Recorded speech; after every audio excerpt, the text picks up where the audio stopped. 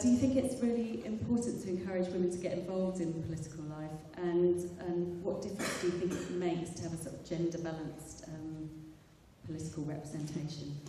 Yeah, I think it's hugely important, and one of the things that probably most people in this room know, and certainly I'm sure most members of Engaging Women know, is that we have about 23% of our MPs are female. And that leaves us somewhere, I haven't seen the latest figures, but we're somewhere around about 76th in the world between, I've forgotten now, but we're, we're really, really trailing. And I think it's important for a couple of reasons. One is simply the fact, and I should stress that I'm not an essentialist. I don't think that women are essentially any different to men. But women do have different experiences of life. And one of the things that, it's worth noting, this current government, which has very little senior female representation, very little female representation at all, is that 2/3 of the, what I would call failed policy of austerity, 2/3 of the cuts to benefits and the changes to taxation, 2/3 of the cost has been borne by women, and particularly poor women. And you still go into the House of Parliament. One of the things that I found really horrifying as I've spent more time there is it's not just in the chamber where there's only 23% women. When you go around the bars and the cafes and just walk the corridors, I think it's actually worse than 20%. I think there's less than 20% women there as the junior staffers, there as the kind of people who are actually, in a position very often to get a seat in the coming years. And so it's really important that we get women in at all levels of politics so that their experiences are represented. And of course, it's not just women who are underrepresented. We've got huge issues around the fact that we've got a political class developing of people who come from an incredibly narrow range of backgrounds. And people from different backgrounds, bus drivers and lollipop ladies and dinner ladies and all of those kind of people. There's almost nobody from that kind of background in Parliament anymore. And we desperately need a Parliament that understands, has the experience of life that represents the British people's experience of life. And that's just not what we've got at the moment. Now, in terms of, just to let you know about what the Green Party's doing about this, we're aiming for, and it's going to be a challenge, but we're aiming for 50% female candidates right across in the general election. We're running on about, I think, 38% at the moment, which is kind of a demonstration of the challenge at hand. Because one of the things that we find in the Green Party, and the Green Party is a reflection of general society, is that women very often, the way they're socialised, the way society treats them, women have to be asked to stand. And I think that's one of the important things about engaging women, is women often have to be asked several times, and they need their friends and their colleagues to say, hey, you'd be great. Go and do it, give it a go. Whereas just because of the way we're socialised, and this is traditionally what's happened in the Green Party and lots of other places, someone goes, oh, we need a general election candidate. And a man goes, oh, I'll do it. And everyone goes, that's that problem solved. And that's not a great way to select people. And, we've demonstrated in the Green Party what you can do with this. I'm very proud of the fact that election before last, list elections for proportional representation are kind of quite a bit easier because if you're selecting each seat individually, it's not always easy to balance it up. But you're selecting a list, and we have gender balance rules in our lists. But I was determined 4 or 5 years ago for the London Assembly elections we were going to get lots of women on the list. So one of the things we did was, although we're all technically competing against each other, we actually went and had an evening and had a drink or two in a bar and all signed each other's nomination papers. And so we're all getting together, supporting each other and saying, yes, we're technically competing, but it's great that we have a team. And I'm proud to say that when we selected that list, we had 7 women and 4 men. And we almost got to the point where we had to bump a woman off to get male gender balance on the list. And, that's something that we really, it needs that collective kind of effort. So, I'd say, first of all, I'm going to ask every woman in this room, whatever your political complexion, a question to go away and think about. Have you thought about standing for something? Town council, district council, whatever. If you haven't, why not? And could you? If not now, maybe in a few years' time when the kids are growing up or you haven't got such responsibilities for elder care or whatever. Could you stand? And then think about other women you know who could stand, and have you asked them if they're going to stand? And that's how you grow the number of women candidates. Yeah, and engaging women will try and support you if we can, because that's one of our aims. And what we thought was really important, it's not just that men are occupying seats of power, it's that women are quite reluctant to come forward for various reasons. And we felt that if they had a bit more encouragement, they might feel more able to do that. Moving to more general points, a bit of a technical point. If you were to win a substantial number of seats, who are you willing to form a coalition with, and on what basis? Mm-hmm. Okay. We would not prop up a Tory government. That's the starting point.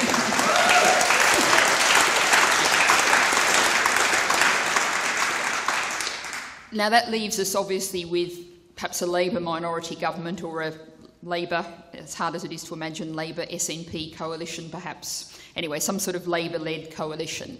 And what we'd be looking towards then for us would be not a coalition, but what's known as a confidence and supply agreement. So what that means is that you would agree to maintain stable government, maintain the minority government in office. So you wouldn't back a no-confidence motion that would bring the government down, except under really extreme circumstances, but generally speaking you wouldn't. And you would, after negotiations, let a budget through. So that would keep the minority government in power. But what you would also then do would be to maintain the right on every other issue to vote according to your conscience, your manifesto, the promises you made in the election. So if, say, for example, just to pick something at random, a vote on tuition fees were to come up. Now, the Green Party believes in zero tuition fees, and we would vote for zero tuition fees, or indeed any reduction in tuition fees that we could get. And because we weren't part of the coalition, we wouldn't be tied into voting for something that we hadn't believed in, that was something that we promised to go in the opposite direction. So what it means really is confidence and supply, although it sounds quite technical. Really what it means is you don't get the ministerial cars, you don't get the plush stuff, but you get to keep your principles. And I think that's a trade-off well worth having. The small is beautiful, and deep growth. So where do you stand on that? Mm-hmm. Okay, well, I think it is worth saying that although we're part of the European Green Party, the politics of different Green parties in different parts of Europe can be quite different. And that's partly because they get squeezed by parties to the left of them. But you might have noticed in Britain that there's not much except us, basically. I'm often asked, what do I think about capitalism? And I do have to say, what do you mean by capitalism?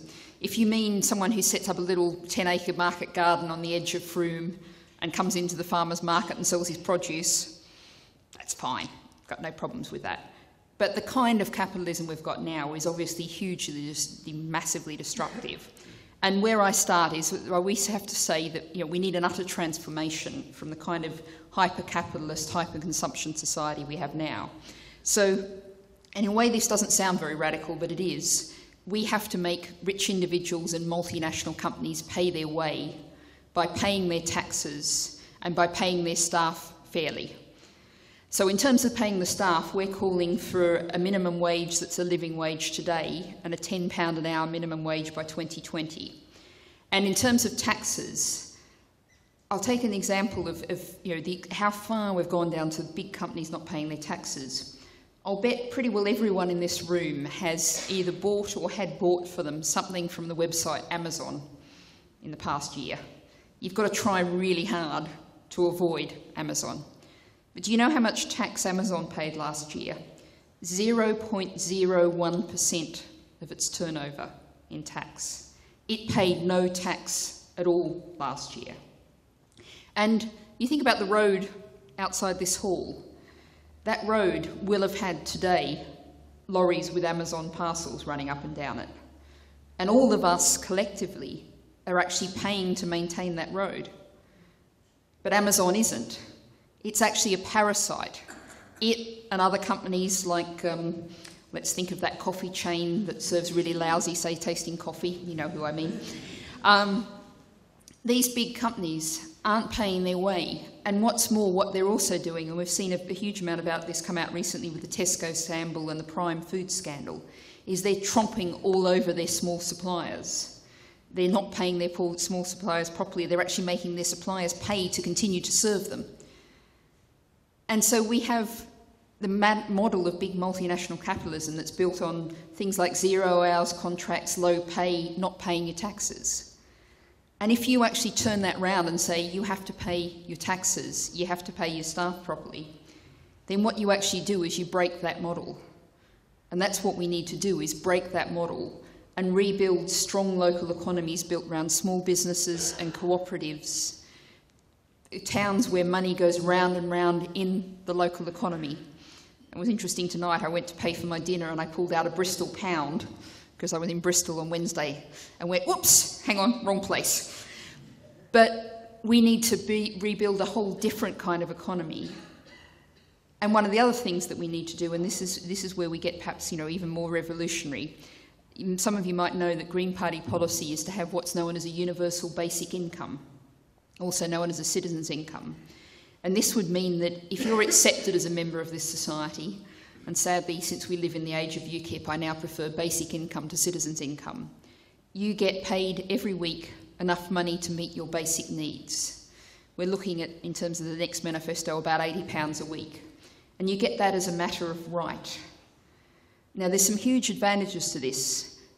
I was talking about how so many people now live in a state of fear. It takes away the fear. You are not going to be left with nothing, as so many people who are hit by the deeply unfair benefit sanctions that we're seeing hitting so many people now.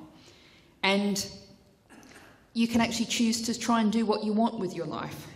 One of the things that I think you would see under a universal basic income is you'd see a lot of really bad poetry written. A lot of people would decide their vocation in life was poetry. But one of the good things about that is bad poetry has a really low carbon footprint. You don't even have to print it.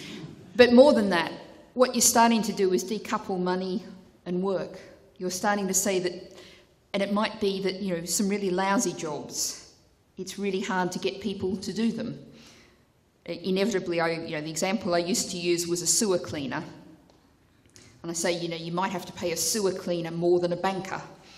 I think that would be a really good thing. But of course I had in an audience someone who said, my mate's a sewer cleaner and he loves his job. You know what I mean. And one of the things you might find is those really lousy call centres that we've all either heard about or possibly had the misfortune to have to call. The call centres where every caller has to be finished in 57 seconds and they get timed when they go to the loo. And maybe no one would actually go and work in those kind of call centres at all. And we get rid of them. And that would be a benefit for all of us, those who've got to deal with companies as well as those who are working in them. So we have to absolutely transform things to sort of come back to where your question is. As I was talking about in terms of politics, tinkering simply won't work. I said we have to come back to one planet living. But in Britain collectively, no matter how you live as an individual, we're all using 3 planets every year. And that simply can't continue. And if we start to think about other things that can be transformatory, Green Party policy is to come down to a standard 35-hour working week. But the New Economics Foundation's done a lot of very interesting kind of work looking at how we might eventually, gradually, work our way to a 21-hour working week as standard. And so we start to think about, you were talking about degrowth and I tend not to get stuck in the growth-degrowth arguments because one of the things you're arguing about there is GDP, which is actually a nonsense measure anyway. But if we could actually, instead of chasing after GDP growth, say every year perhaps you cut the standard working week by 15 minutes. Every 4 years you get an extra hour of life every week to do with what you'd like to do. That's a new kind of progress, a different kind of progress. And perhaps the trade-off is a bit less stuff in our life, a bit less consumption of the things we're consuming too much of. But the trade-off, the price is you get more life. And I think that's a trade-off that might be very democratically saleable. Do we begin to get there? Mm-hmm. You've already said something. Okay. Well, what I'd add to the sort of how we get there question, which is an important one, and I think it's one of the things that we, as the Green Party and as small g Green campaigners, however you come at that, is that we need to stress that we're not talking about individual behaviour. It's great if individuals choose to do things that are more environmentally friendly, but I actually go back to probably the first month that I was involved in politics, which was in 2006, and a council election, and I knocked on the door of in a housing estate in North London. And this is something that happens, you'll find, when you're wearing a green rosette. You knock on people's doors and they immediately start talking about recycling. Yes. You want to talk about politics, they want to talk about recycling. But in this case, it was a very, very telling encounter, because it was this lovely old lady who walked with a stick, and she saw my green rosette and said, "I'm so sorry." And there was literally tears in her eyes. "I'm so sorry, but I don't recycle my newspapers because I walk with a stick and the bin's 500 metres that way and I just can't carry the newspapers." And I said to her, "Don't be sorry, that's not your fault. It's all of our fault collectively for failing to provide you with an easy and convenient, even possible method of doing that sort of most basic green thing." And so what we need to do, if we're going to turn this round, turn our consumption around, great if you individually do whatever you can, but what we have to do, and that's why I'm in politics, is we have to make the environmentally friendly thing to do, the easiest, cheapest, simplest possible thing, the obvious thing to do that everyone just does, because that's the way you do it. And so that means, if we think about things like car instead of bus, we need affordable, convenient local bus services that run when and where people need them. I quite often do meetings, something like this, and I'll meet someone during the day and they'll say, "Oh, I'd love to come to your evening meeting, but last bus to my village is 5:30. Who can blame someone for having a car in that situation? We have a situation where we have some of the most expensive trains in Europe. And I was down in it was down near Totnes, and a college student was saying, "Oh, well, the bus, I catch the bus to college because, the train, I couldn't possibly afford the train." And that's a bus on a crowded, polluted, air pollution kind of road. And we could put people on the trains if the trains are just affordable, which means we could actually run the trains for the benefit of passengers, not shareholders, and renationalise them. So we need to change everything so that it's the easy, simple, obvious thing to do, not wave a finger at people and say you should do better, because we can't expect people to do better if it's just not possible, if it's not affordable. Without that debt, how are you going to be able to fund it? Okay, well, the first thing to say about the debt, and I do find this, I'm often on panels and I find this particularly annoying, and I have to restrain myself, because people quite often say, and they're often Lib Dems, people often say, "It's all right, most people will never pay the debt back." And in fact, there were some figures recently published in The Independent and other places. 75% of people will never pay their student debt back. And if you actually look at it about 9 months or so back, some figures came out that said they're actually collecting less money now with the debt at £9,000 a year than when it was at £3,000 a year. So, one of the first questions to ask is, how does the current system add up? And quite simply, it doesn't, because they're not getting the money back, because students simply aren't earning enough.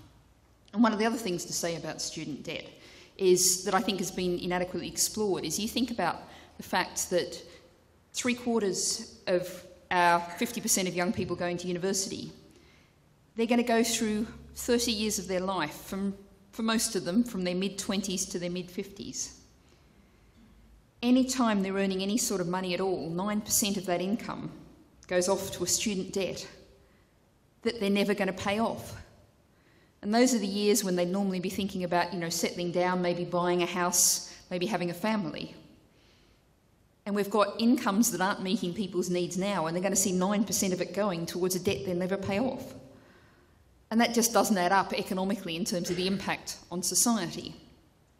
Now, coming to the question of how you actually pay for free tuition, A short answer is the same kind of answer I was giving before. We have to make rich individuals and multinational companies pay their taxes. And just to give you one example of this, under this government, corporation tax take, which is take from the biggest companies, is down 14%. They're now collecting 14% less from big companies than we were in 2010. And company profits are going through the roof. And that can't continue, and that's part of the answer of how to fund it. And one of the other things is, we actually had a report out last week from the OECD saying how inequality in our society is actually an economic threat, is an economic problem. And we've got the richest people getting vastly richer while the rest of us get poorer. And so that's why we're calling for a wealth tax of 1 to 2% a year. And that's to be levied on people worth more than £3 million, which is rather neatly the richest 1% of people occupies 1%. And that would, for them, be £30,000 or £60,000 a year, which to most of us in this room probably sounds like a lot of money, but isn't if you're worth £3 million. And that would actually pay about a quarter to half the cost of the NHS every year. Now, one of the things that is worth saying is in 2010 we had the Green Party's first fully costed election manifesto, which included zero tuition fees. And one of the things that happened with that is I had a small part in drawing up bits of the manifesto, so I know about this, is Channel 4 actually decided it was interesting we had a fully costed manifesto and they'd go through it with a fine-tooth comb. And I'll admit that there was a certain amount of fingernail chewing went on, because it was the first time we'd done this and we were pretty sure the numbers added up, but hey, you know. And Channel 4 found that the numbers added up and they didn't do a story on it. It's not a story if you don't have conflict. Now, we'll have a fully costed election manifesto in 2015. It will include zero tuition fees. And it really, is a measure. I've been talking about, neoliberalism, the ruling ideology of the past 30 years. The thing is, it's actually utterly failed even in its own terms. And some of you might know an economist called Tim Jackson, author of Prosperity Without Growth, which is an excellent book if you want to read on this. But I actually was at, this is a long story, but I'll do the short version, in Croatia in the summer. And I heard him speaking, and he was talking about how he's trying to model a degrowth economy, and he's really worried because it's really hard to make it stable. And, having change and making it stable was the big challenge. He's a fairly conventional economist. And I said to him, well, that's because what we've got now is so stable. The status quo continuing as we are simply isn't an option. We have to build a different model because we can't continue the way things are now. That's simply where we are. Why I should vote for the green bloke as opposed to one of the Daves? As opposed to one of the Daves, okay. Especially the Liberals. Well, I think I was just saying, the status quo isn't an option. You have a choice between 3 Dave's status quos and one real change. You have a choice of more of the same, and I think that's particularly the kind of choice you're facing, or a choice for something different. And, I set out what I said with the principles. We have to go towards a society that works for the common good, where everybody has enough and we live within environmental limits. And now I think, I don't know the 3 Daves personally, but what you've got is people who just want to tinker around the edges, people who somehow or other think we can continue as we are. And what you've got with Theo, who someone says, this cannot continue. Now, one of the things someone down the front said when we were talking about costing is, the obvious one of nuclear weapons and nuclear power. Now, if you look at nuclear weapons, if we replace, and in 2016 we'll be making this decision, if we replace our Trident nuclear weapons, that will cost, over the lifetime, £100 billion. And one of the things about that is that it's very easy to have a lot of fun with £100 billion. You can say, 27 hospitals, 34 schools and all the rest of it. But I'm going to do something that we often do in the Green Party, which is go back and say, let's ask the question, why do we have nuclear weapons? And I very much hope that at some point in the next few months I'll get a chance to put this to Cameron and Miliband and say, under what circumstances can you imagine a sane British Prime Minister pressing the nuclear button? And I hope their answer to that will be none. And if that's the case, why do we have hideous weapons of mass destruction?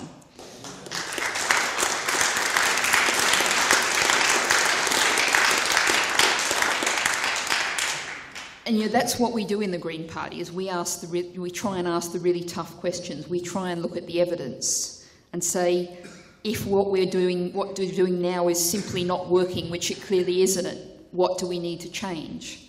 And we'll take on any entrenched interest, any fixed idea that's been around for a long time and say, that's not working, we need something different. And that's what you'd be voting for by voting for Theo, is something different. To take that on board and hopefully make some progress. Yep. Well, what we're very much in favour of is a nature protection bill, which the NGOs are going for, that would basically say, acknowledge what's not being acknowledged now, is that lots of things are literally irreplaceable. And one of the things that we've seen with this current government particularly is the idea of biodiversity offsetting. And this is perhaps been particularly driven by their desire to build the wonderful vanity project that is HS2, High-Speed 2 rail line, which involves destroying rather a lot of ancient forest if you're going to run on the line that they've got planned. And what we say very simply is that biodiversity offsetting is a nonsense. You cannot take a forest that's hundreds and hundreds of years old, maybe even thousands of years old, and plant some trees in the field over there, and even if it covers more area, and say, oh, that makes up for the forest we're about to cut down. I mean, I could get really geeky, but my agricultural degree, soil science is something that I'm very interested in. And if you look at the soil in an ancient forest, that's something that's an incredibly rich ecosystem built up over centuries. And you absolutely cannot just say, oh, we'll stick some trees over there and that makes up for it, the fact we've destroyed it. Once it's gone, it's gone. And that, is the foundation of no biodiversity offsetting and a nature protection bill.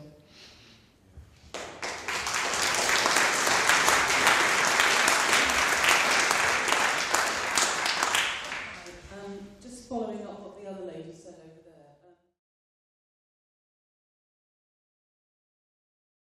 First of all, as someone down the back said, well, you got the government we've got now from voting Lib Dem last time.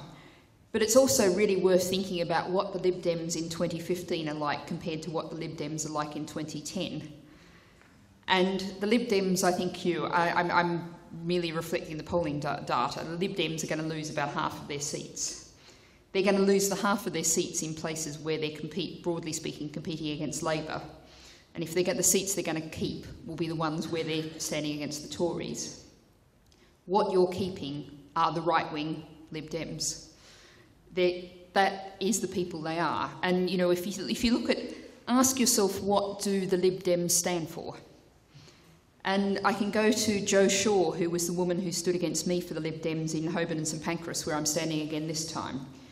Now, she was a human rights barrister, and she publicly left the Lib Dems on the front page of The Guardian when they voted for secret courts, because for her that was just a step too far. And you look at this, if you think of there's one thing the Liberals traditionally stood for, it was surely human rights. And yet they've just thrown all of that away.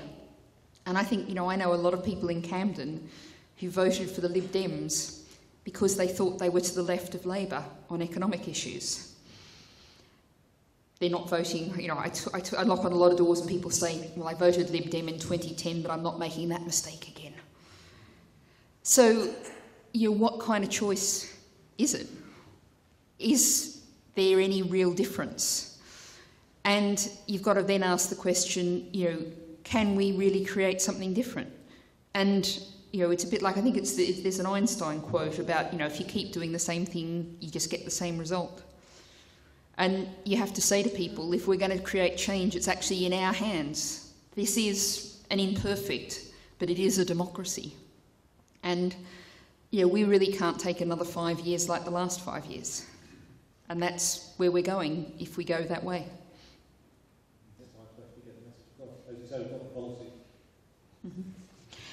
I think there's a couple of things to say about that. One is, I made reference to what's known as the Green Surge. I can't keep up with this figure, but I think membership of the Green Party now is about 110% larger than it was on January 1 this year. And 3/4 of our money has always come from our members. So we're actually in the process at the moment of doubling our numbers of staff nationally. And one of the things is, success breeding success. I can't tell you the details of this yet, but we're looking at seeing a very substantial, in our terms, and even in general terms, a very substantial donation coming in. That means we're soon going to be looking to treble our number of staff. So we're going to be a lot more effective than we've ever been before. But I think also this is another way in which the world has changed compared to 2010. In 2010, those 3 election debates were new, revolutionary. Practically everybody watched them, they had a huge impact. We've actually already started the election debates now. Some of you might have seen Leaders Live, that's the hashtag, arranged by Bite the Ballot, Twitter, Facebook, all the other big names in social media. I did the first one of them, Farage has done it, Miliband's done it, and I think Cameron will be dragged kicking and screaming to do it eventually, although they still haven't got a date last I hear. And so we're going to see there won't be the same single focus on those big main, traditional media debates. It is a different world. Lots more people get their information, particularly locally, from local sources, from Twitter and all the rest of it. But I think also, what I will say is that we're very much fighting to get into those leader debates. And it was particularly encouraging that we had a petition now that 300,000 people have signed, saying that I should be there in those debates. And, one of the things that I keep saying to the broadcasters is, it's the only way you're going to get any gender balance. But, whether we get in there or not, and one of the things about the Green Surge is when the graph really takes off, is actually the week we were excluded from the leader debates. And a lot of people said, that's not right, that's enough. And actually I was down at a meeting a bit smaller than this, but somewhat similar to this in Stroud. And I had a guy who gave me a very hard time on immigration in the Q&A, but then, I'd already been warned he was the local UKIP member. But he came up to me afterwards and said, I disagree with everything you say, but you should be in the debates anyway. So, there's lots of potential and there's an awful lot of water under the bridge before the debates. How are you going to get me to stand as Green candidate in the future and other women who are like me? Mm-hmm. What I would say is really to expand a bit on a point I made before, which is actually no one does, or at least should, stand alone. You're part of a team. If you're in the Green Party, you're part of a team of now 29,000 people. And the way the Green Party makes policy, for those who don't know, is that policy is made by the members. So any 4 members of the party can propose a motion to conference. Any member can go to conference and conference votes on those policies. So that when you're actually presenting the Green Party policy, you're told this is Green Party policy on immigration or whatever. It's not just you, and importantly, it's not just me, saying, right, our policy on this is going to be that.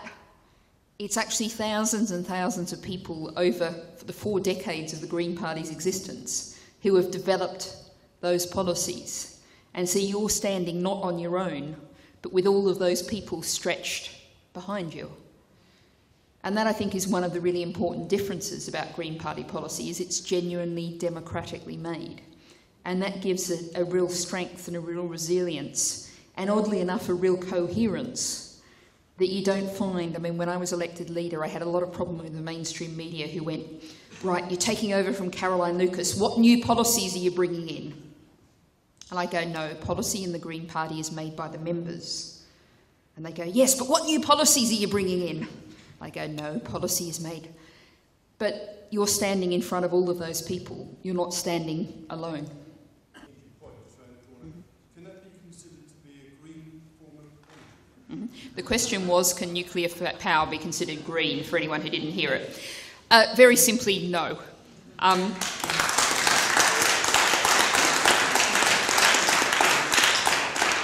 And I think it's really worth presenting this argument, because I think, there's long-term arguments about issues of the fact we don't know what to do with the waste, and there's real safety concerns, Fukushima, etc., etc. But I'm actually prepared at this moment to park those, because people tend to be very entrenched in their positions on those. And so I maintain my position, but I park it to one side and simply make one point.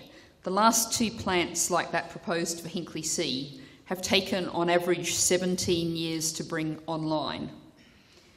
So anyone who tells you new nuclear will fill our energy gap in a couple of years' time is talking through their hat, and I have heard people say that. But more than that, if you think either about our energy supply needs or about our need to dramatically cut our carbon emissions, 17 years is just an absolute nonsense. Nuclear, as well as all the other arguments, is simply too slow to meet the needs we've got now. And if you look at renewables, the wind and the solar, they're now getting very close to grid parity. If we go, and it's increasingly looking like we won't, but if we went ahead with Hinkley C, and it's immensely expensive power, and somewhere like, maybe 10, but probably more likely 15 or 20 years' time, that thing comes online, it's going to be the most Tyrannosaurus Rex dinosaur you have seen in a long while.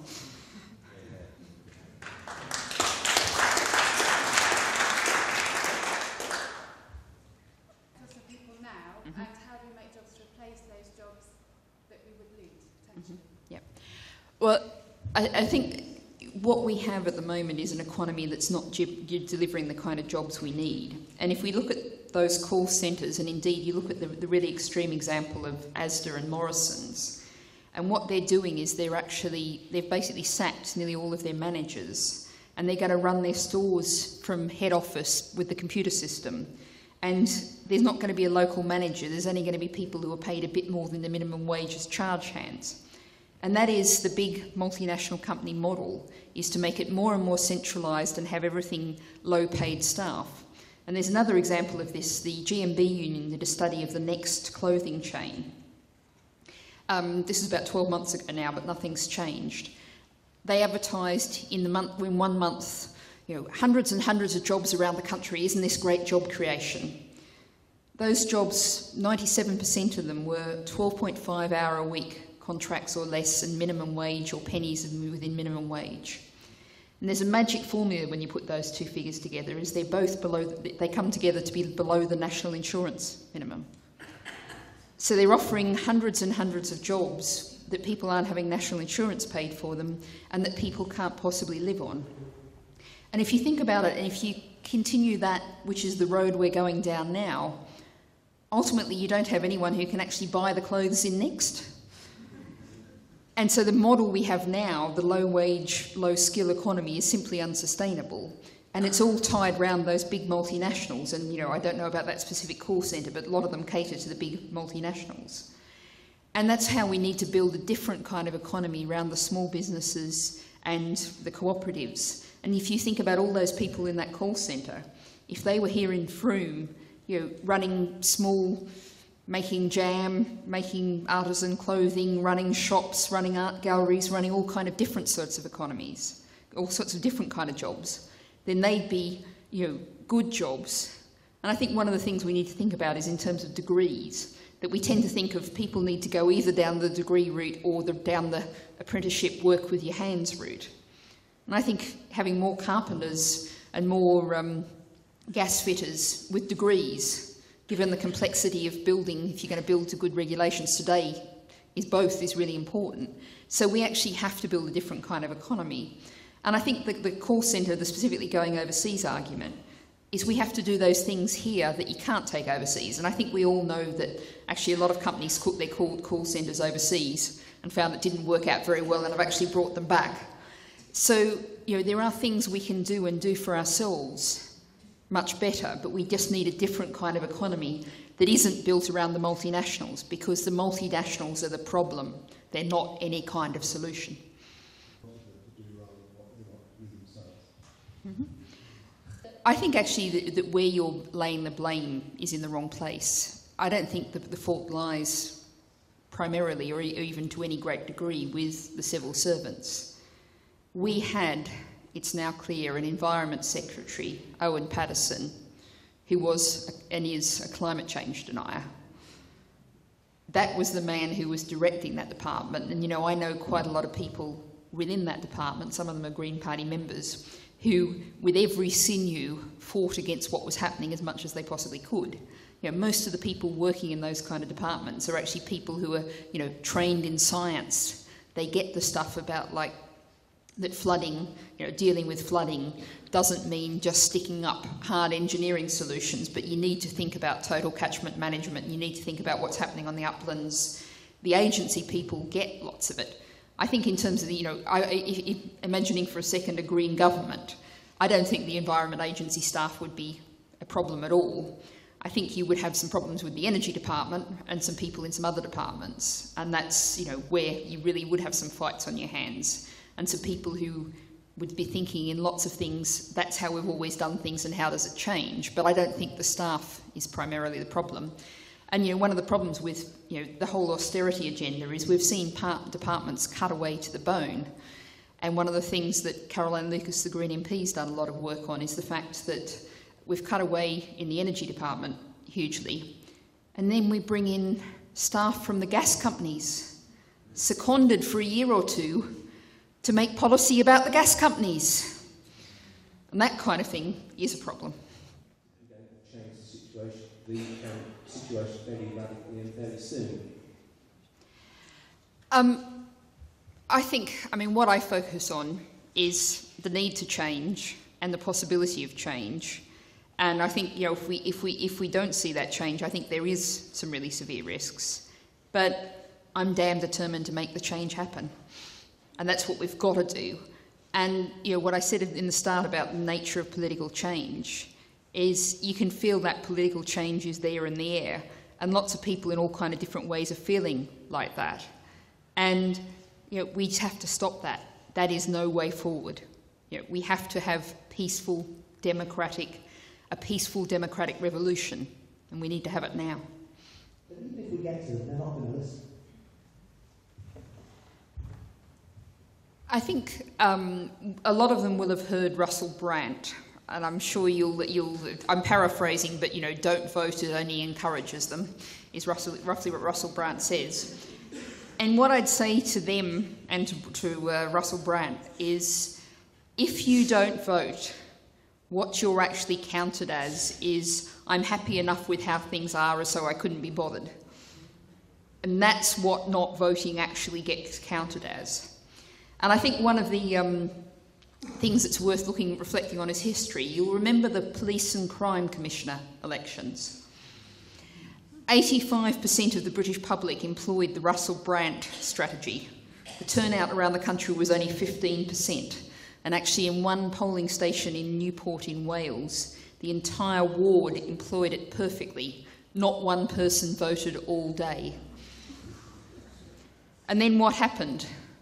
Police and Crime Commissioners took office. Each one of them spends about £1 million a year. And they make decisions that affect people's lives and liberties and communities. So not voting doesn't work. And that's what I'd say to, you know, the people who say to you, well, what's the point? Why bother? Is because if you don't bother, you'll get counted as, I'm fairly satisfied with how things are now. And that's what not voting actually means. And one of the things I find is a strategy of thinking about this is say to people, you know, obviously I want you to go and vote Green, but whatever you do, at least go into the polling station, and if there's not anyone on the ballot paper you feel like you can vote for, write a rude word on the ballot paper, because then you won't be counted as the happy enough with how things are. And, you know, I think that's quite a good message with students and young people. The skills that they actually need to survive in this future and be self-sustaining. There's a very obvious point here about education, about democracy in schools, and Caroline Lucas actually has a private members' bill which might actually get through, which is extraordinarily rare in terms of private members' bills that would include some statutory provision. But I think actually there's something much more basic we need to do, which is that actually democracy should be something that you do, not something that's done to you. And we actually need to start in schools by making our schools more democratic. And actually start, and you can start from a pretty young age, giving kids some kind of say about the school, how it works. And I'm not just talking about, you know, the colour of the badge or something, but more substantive stuff than that. Actually make democracy a key part of how we run our schools. And this is where we'd actually get rid of free schools and academies and bring them back under local authority control. But I also...